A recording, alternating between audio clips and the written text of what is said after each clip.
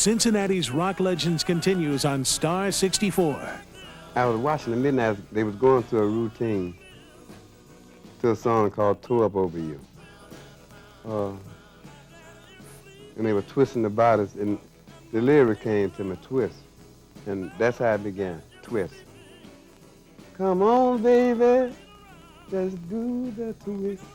I was in the Man's Hotel there in Cincinnati when I finished my lyrics with the twist.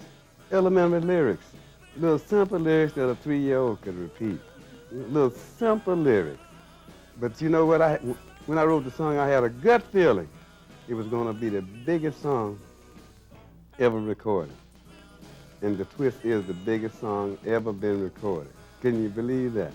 The Twist by Hank Ballard and the Midnighters was written and recorded in 1958 and was put on the B-side of Hank's blues ballad, Teardrops on Your Letter. 2 years later, in July of 1960, Hank Ballard and the Midnighters started climbing the charts with Finger Poppin' Time. At the same time, Chubby Checker released his version of The Twist. I had recorded a song called Finger Poppin' Time. Then Dick Clark was not going to, he couldn't play 2 songs by the same artist. So what happened? He made Finger Poppin' Time a big hit for me, which he promised to do. He played Chubby Checker's version of The Twist, which was a clone of my version. There was nothing slick. Chubby didn't do anything slick with The Twist. He cloned me because when I first heard about him, the first 8 bars, I thought it was me.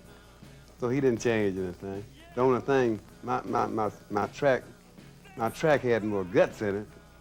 My voice had more guts in it, you know, more drive, you know. The best thing ever happened to me was Chubby Checker doing The Twist. Otherwise, it'd still be on the shelf, gathering dust, carrying records. Bob Braun is best known to Cincinnati as the host of a long-running daily television show that featured big-name performers from around the country. But did you know in 1962 he broke into the top 40 with a hit of his own? I made a record called Till Death Do Us Part on Decca. We made it privately with a producer in New York, and they sold it to Decca, is the better way of putting it. And it kind of lay there like nothing for the first 4 months. Couldn't buy a play. And then a little teenage girl was in Cincinnati for a convention, and I had a record hop for them while they were here. And I played that record. Naturally, I would play my own, right? I played that record, and the reaction from the kids was really good. And from her, she said, could I have a copy of that? I'm a friend of a disc jockey in Toledo, Ohio, named Bob Parkinson. She said, I'll take it and give it to him to see if he wants to play it. She did. It became a hit, the #1 tune in Toledo, spread to Cleveland, spread to Akron, spread over to Canada, spread to New York, and spread to Chicago, and all of a sudden I found myself with a hit. I couldn't believe it happened, and spent the rest of my life trying to get another one. But all of a sudden I had a hit record, and it was in the top 40 for 4 months, but it never hit simultaneously, or we would have had a #1 song. It went to 14 and stayed there. Never went up, never went down for a while. But all in all, we sold enough records, it would have been a #1 song.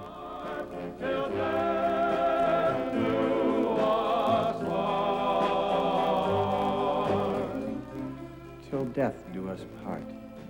Do you know what that means? I never really fathomed myself as a singer, quote unquote. I was more of an act. Like, for example, you get on stage and you tell a few jokes and you do everything, as opposed to just being a featured singer. I was an entertainer, and I think that I was not different enough. Everybody who is a big major singing star has some little something that makes them different. I don't think I did. I think that I'm a better MC who can get on stage and sing a song than a singer who decides to MC. Hey Conductor, that record could have, would have, should have changed my life. In 1963, Shadow Shea, a record producer in Cincinnati, picked up a song by Sonny Flaherty and the Mark V called Hey Conductor. We made a deal on the telephone, and the next day, by 10 in the morning, the contracts were there with a check, gave us an advance of $5,000, a lot of money for a $200 record. I signed everything, sent him the master tape and all that stuff back. 3 days later, records were at every distributor in the United States. A week later, it's being played on stations all over the country and is virtually exploding. Then, a fellow who was doing a radio consulting tip sheet type thing, his name Bill Gavin. And at that time, that was all there was. There was the Gavin Report.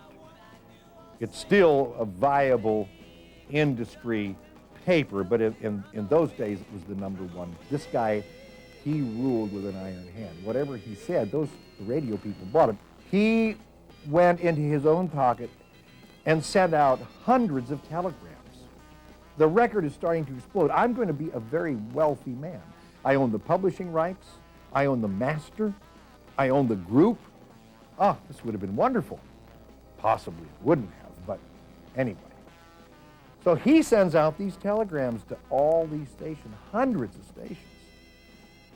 You have a moral obligation not to play Hey Conductor by Sonny Flaherty and the Mark V.